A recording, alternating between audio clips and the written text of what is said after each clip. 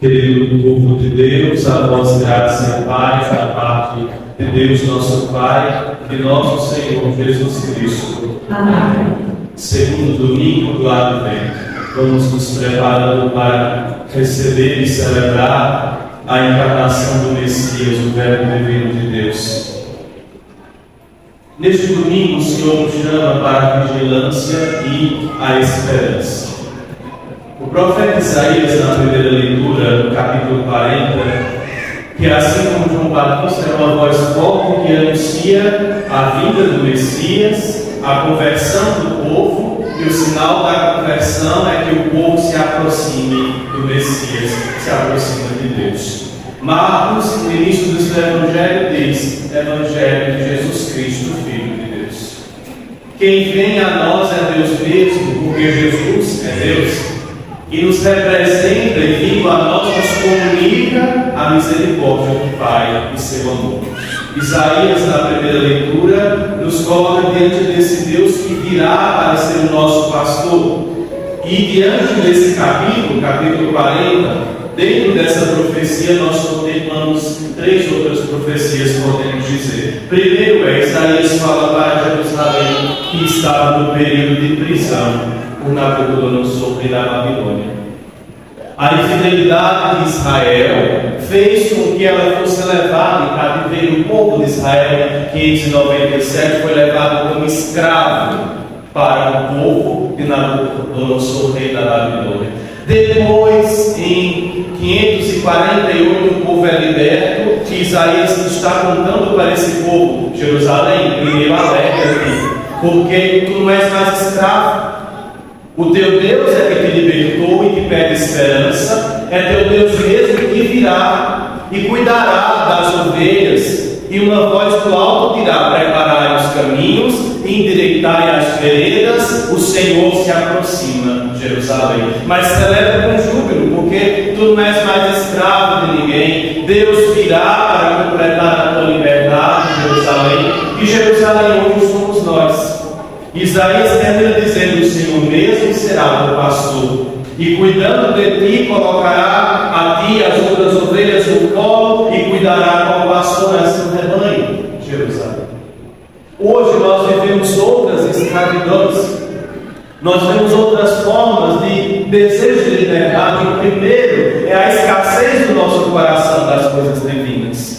Talvez trilhar no deserto para o povo de Israel é a realidade geográfica e cultural dele, mas o deserto para nós que não vivemos numa região de deserto ainda, mas talvez possa ser devido às crises climáticas, o deserto que temos para nós, nossa existência, é a ausência da graça de Deus. Isaías se preocupa com o povo, primeiro, que o povo vigilante prepara o caminho do Messias. E esse Messias já veio, portanto, a profecia primária já se cumpriu. O Senhor virá. E depois ele voltará para conduzir o povo como pastor verdadeiro, devido à infidelidade do povo e à infidelidade de nós, pastores. Deus mesmo cuidará de nós e cuidará da nossa liberdade. Olhando então o Advento, que é um tempo de preparação, espera. Deus nos chama primeiro à vigilância, domingo passado. Hoje a espera, e só espera quem ama, e só permanece no amor quem ama Deus. Por isso, irmãos e irmãs, nós devemos olhar a nossa vida, deserto da nossa existência, e pedir a Deus que nos dê a vigilância necessária para não ficarmos infiéis como Israel antigamente, porque nós agora somos os arautos do Senhor. Isaías, a liturgia está dizendo para nós, igreja: prepara, subi ao monte e dizei que o Senhor se aproxima, que Ele já veio, mas virá, e nós não sabemos o dia e a hora, mas 1000 anos para Ele foi como o dia de ontem que passou, só Ele sabe. Nós não estamos na dinâmica de Deus, mas Ele compreende e também nos conduz se nós damos abertura para Ele. Mas hoje nós encontramos escravidões que nos aprisionam. A primeira, vamos olhar a vida das crianças. Nossas crianças não sonham mais. Nossas crianças já têm ansiedade, já têm problemas psiquiátricos e psicológicos. Nossas crianças não querem ser mais médicos, não querem ser mais bombeiros, bombeiros, não querem ser bons policiais. Nossas crianças querem ter dinheiro, querem ter poder e não querem ter mais família. Nossas crianças vivem a escravidão de uma sociedade escassa de valores e escassa de Deus. E nós que somos família devemos levantar as nossas vozes e preparar o futuro delas, o caminho delas, o sonho delas. Nossas crianças não sonham mais como nós. Nossas crianças não esperam mais das famílias como antes. Nós nos perdemos nos caminhos. Nós nos perdemos nas estradas. E Deus então nos chama: ouve Israel, escuta o que o Senhor tem a dizer, porque é Deus quem sabe conduzir a nossa vida. Nós não sabemos. Nós somos seres prazerosos, dependentes de uma atividade prazerosa. Nós automaticamente iremos escolher o que gera prazer, o que gera lucro rápido, o que gera satisfação. E seguir a Deus não gera prazer às vezes, não gera satisfação às vezes, não gera lucro muitas vezes, mas a igreja do Senhor precisa ensinar o mundo que Ele é o caminho, o Filho de Deus, que nos conduz para o Pai. Por isso Pedro diz na segunda leitura, preocupado com essa comunidade: esperem, porque o Senhor cumprirá a sua palavra. Esperem de que modo? Vigilantes, na paz, sem mancha e esperançosos do que Ele virá e cumprirá a sua palavra. Talvez um desafio para nós seja imitar João Batista, que nada tinha, mas a voz era emprestada para falar no deserto muito alto: preparai o caminho do Senhor, endireitai suas veredas, convertei-vos enquanto é tempo, o Senhor se aproxima. Assim como Isaías, os dois estão preocupados com a igreja e dizer: irmãos, escutem a palavra do Senhor. O salmista hoje nos dá um conselho, e vou terminando, para que nós aprendamos o caminho de Deus. O salmista diz: Senhor, eu quero ouvir o que o Senhor tem para falar. Porque se eu não ouvir a Ti, eu não construo a caminhada dos céus. Se tu queres ir para o céu, tu tens que ouvir a Deus e a palavra. Se tu queres mudar de vida, tu tens que ouvir a Deus e a palavra. Se tu queres preparar a morada de Deus da tua família, do teu coração, tu tens que ouvir a Deus e a palavra. Porque se tu ouves a ti mesmo, tu te confundes, tu te perdes e não retornas facilmente para Deus. Se nós queremos ser imagem e semelhança de Deus, quem é que forjará em nós isso? É o Espírito que nos dá a graça pela palavra. O salmista então diz: escuta, igreja arauta, anunciadora do Evangelho, a palavra do Senhor. Por quê? Da boca do Senhor não virá a palavra de morte. Da boca de Deus não virá a palavra de escravidão, de maldição. É a paz que Ele vai anunciar. O advento à espera da justiça de Deus, à espera da paz de Deus, e de que nós também sejamos promotores desta paz e desta justiça. A paz para seu povo e para os amigos do seu povo, porque nós somos a manifestação da paz de Deus. E se nós não estivermos em Deus, que paz transmitiremos? E se nós não estivermos em Deus, que evangelho, que justiça, que solidariedade, que fraternidade nós transmitiremos para os que voltam ao Senhor, seu coração? Está perto a salvação dos que o temem, e a glória habitará em nossa terra para os que voltam ao Senhor, seu coração. Por isso, nesta noite do Evangelho, que é uma boa notícia, vamos ajustar um pouco a nossa vida e vamos tratar de um tema bem problemático: a família. Talvez nós não consigamos dizer a eles: endireitai os caminhos, aplanai as veredas e os montes, o Senhor está perto. Mas se tu não consegue dizer, transmite aí pelo testemunho a graça e o desejo de conversão pessoal.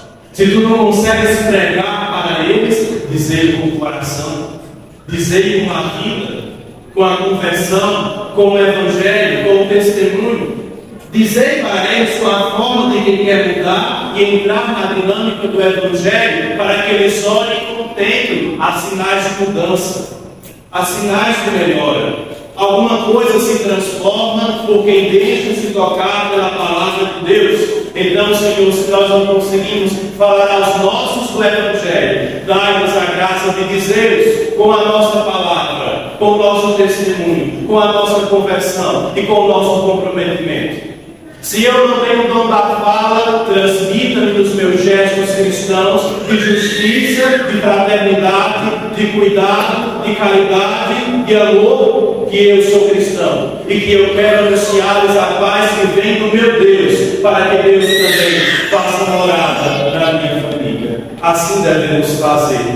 Portanto, caminhar pelo deserto é o caminho de um povo que sabe que no final haverá um pastor. Não permita, irmãos e irmãs, que o mundo roube de ti o desejo de céu.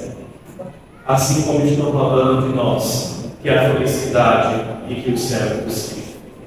Não permita que roubem de teus filhos a riqueza da fé que você, bem ou mal, recebeu dos seus pais, da forma como as quais eles podiam transmitir.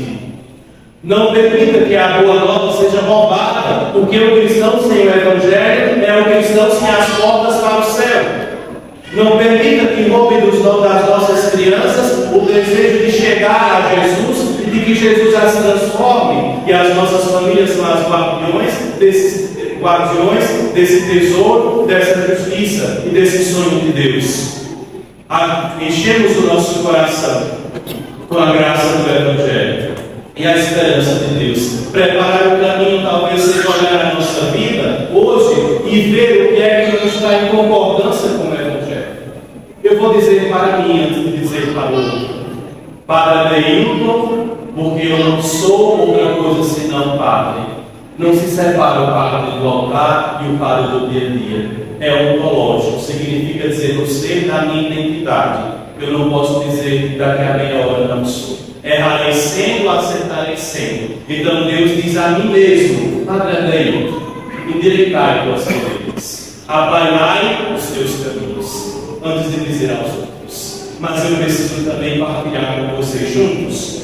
Vamos endireitar as nossas veredas, vamos endireitar as nossas famílias, preenchendo-os no lugar do Evangelho de Jesus. E se eu não sei pregar, padre, e eu também, porque eu não sou filho de chocadeira, eu tenho pai, mãe e família, e sei que família dá trabalho. Eu vou tentar demonstrar com as minhas atitudes que é preciso aplainar o caminho, porque o Senhor virá um dia e precisa nos encontrar em paz, sem mancha e esperançosos. E preparar o caminho para o Deus que virá. E como Deus purificou o povo do Antigo Testamento com o dilúvio, Deus purificará agora no Novo Testamento com o fogo do Espírito Santo. Deus irá, através do Espírito, purificar e preparar o coração do seu povo. Mas é necessário abrir os corações e ouvidos para escutar o que Deus tem a falar. Prepara o caminho da tua família. Prepara o caminho dos teus filhos e filhas, mas não te esqueças de preparar o teu próprio caminho para Deus. Olhe um pouco a tua vida e vê quem é capaz de permanecer quando não for por prazer. E veja que Deus sempre esteve do teu nascimento até a tua morte, porque Ele sim provém para nós um bom pastor que dá a vida e nos alimenta.